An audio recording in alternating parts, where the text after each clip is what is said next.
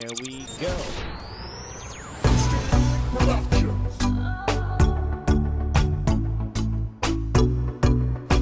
Welcome back to another pristine production, guys. I'm your host, mixing engineer Andrew Rayburn. What's up, what's up, what's up?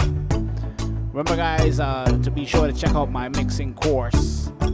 I have a dancehall 3-part sessions as well, and be sure to check out mixing Pro Afrobeat in the box and mixing Pro Reggae in the box. This one is going a lot, guys, so trust me, you're gonna learn how to mix everything fat and all of that. Be sure to check out my website as well, link in the description here. Internet's moving a little slow, but you can check out, you can buy my new Soca Guitar Licks Volume 1. But today we're going to talk about how to make your mix wide. I'm going to show you some tips and tricks here, how to manipulate the audio. And we're not just talking about bus chain here, we're talking about individual tracks. So let's get right into it.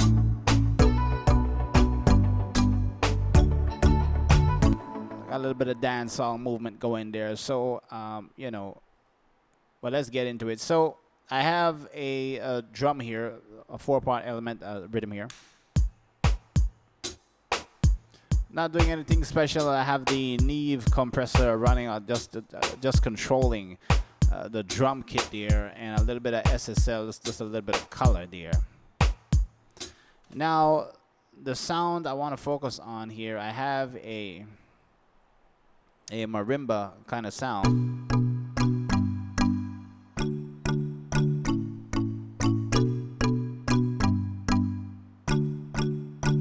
So what I did with that, I'm going to show a little bit of move here. I created a reverb track here, and I have the reverb on it, and you can take any stereo widener plugin. I'm using the S1. Crank it all the way up and put it before the reverb, and whatever signal gets sent through the reverb is going to give you a little bit of depth and width. And of course, since this is a marimba instrument here, I pulled up one of the chorus plugins here from Studio One, and so I'm going to turn that on.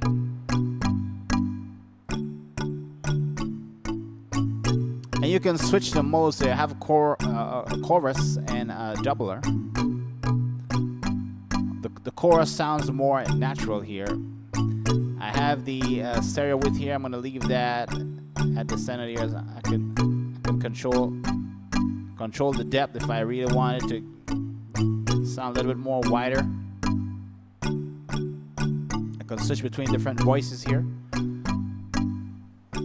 So don't be afraid to use plugins like these. Chorus are known for giving stuff like guitars and piano, a lot of wind instrument sound with even vocals. And on top of that, you can also send it through the reverb. Just where you can hear the reverb. Since we have the S1 imager on that bus before the reverb, it's widening the sound passing through the reverb. And this is one of the tips and tricks and how the Grammy engineers get these stuff going. So I can play that now with the rest of the track, and it gives it that width. Now I have nothing on the mix bus. As you can see, it's empty. The main out is just one limiter here. And I have a vocal sample here, and I did pretty much the same thing. I'm sending that through a doubler here as well. It's going through the reverb with the S1, and I'm sending it through the doubler here to get a little bit more width. And this is how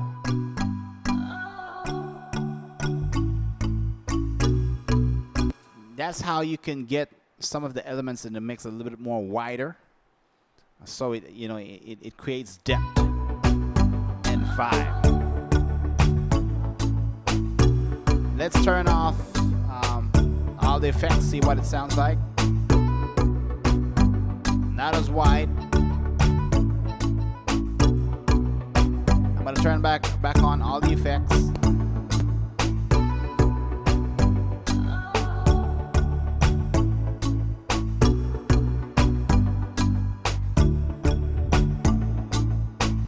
So what we learned today is we can take a chorus plugin or any other modulation plugin here, maybe a doubler, maybe sometimes even a flanger, and we can adjust the depth knob. Most of these chorus plugin comes with depth knob and stereo width.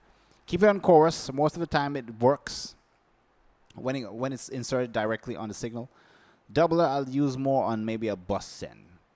And on top of that, if you want extra width, you go on your reverb bus here and you put any kind of imager plugin and turn it all the way up before the reverb, and you send the signal through that and you get a little bit extra width there. So even if when I'm ready to master a track and put like a mid-side EQ or something, it won't affect what I've done here already, because I'm using sends and that stuff. When it comes to the reverb and that stuff, it's going to give your mix a super, extra wide depth, like what you hear on these professional mix. So remember, guys, you can hit me up, email me if you want me to mix a master for you. So I want to leave that with you guys. That's how you get the mix to sound a little bit wider.